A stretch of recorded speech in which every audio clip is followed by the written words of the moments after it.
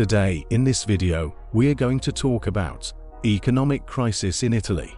So before starting this video, please like this video and subscribe to our channel for future updates. Italy faces looming recession due to gas dependence. IMF says Italian economy is expected to contract by 0.2% next year. IMF advises Italy's government to bring debt down mid-term.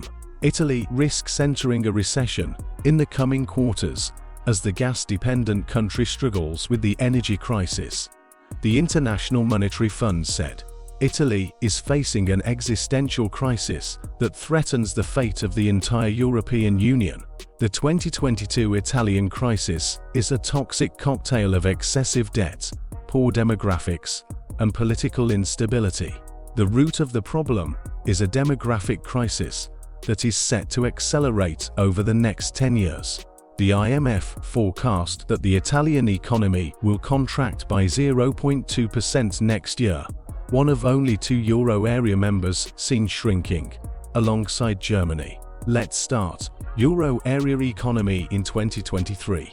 Annual change in gross domestic product. We are expecting Italy to enter a technical recession in the coming quarters, and a big impact has come from the energy crisis and the elevated inflation, and the adverse impact on real incomes. Petya Kiva-Brooks, Deputy Director of the IMF's Research Department, told a news conference in Washington, adding that risks to the outlook are very much on the downside. Existential crisis. Italy is facing an existential crisis that threatens the fate of the entire European Union. In this video, we'll take a look at the evolution of the ongoing crisis in Italy, which really boils down to one major factor. Italy is running out of people.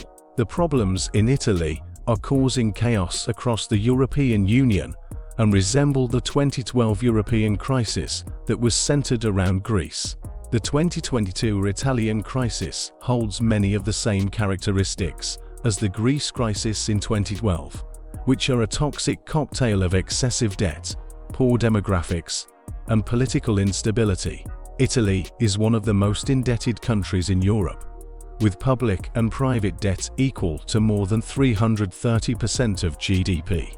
Most academic research shows that when total debt to GDP surpasses 300%, economic growth starts to fall, and the standard of living starts to decline. Italy crossed this threshold of excessive indebtedness around 2010, and its growth started to decline right on schedule. Government policies against the crisis. Government policies against the crisis. Berlusconi's government dealt with the crisis in 2 main ways: supporting banks and large firms, and cutting public spending. At first glance, this kind of policy seems correct. Supporting banks avoided the domino effect of their fall. Support for large firms allowed them to retain their employees. Cuts in public expenditure rather than tax increases avoided negative impacts on investment and consumers' expectations.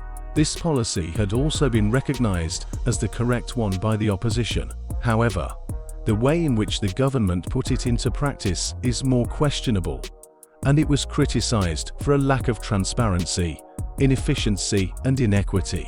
In particular, cuts were not distributed among different social groups, but concentrated mainly on the public sector and the pay of public employees. Unemployment in Italy. The officials spoke during a press conference on the IMF's World Economic Outlook, with the Fund and World Bank holding their annual meetings in Washington this week. Poor employment prospects and prospects of future insecurity have increased the marginalization of certain social groups, such as young people in search of jobs or career opportunities. Young people are the main victims of the rise in unemployment, which has increased continuously since 2007. In fact, a large number of short-term workers and collaborators, the categories most affected by the crisis. So this is our today's video. If you like my video, don't forget to subscribe to my channel or hit the bell icon. We will meet again with another interesting topic. Till then, stay safe and stay happy.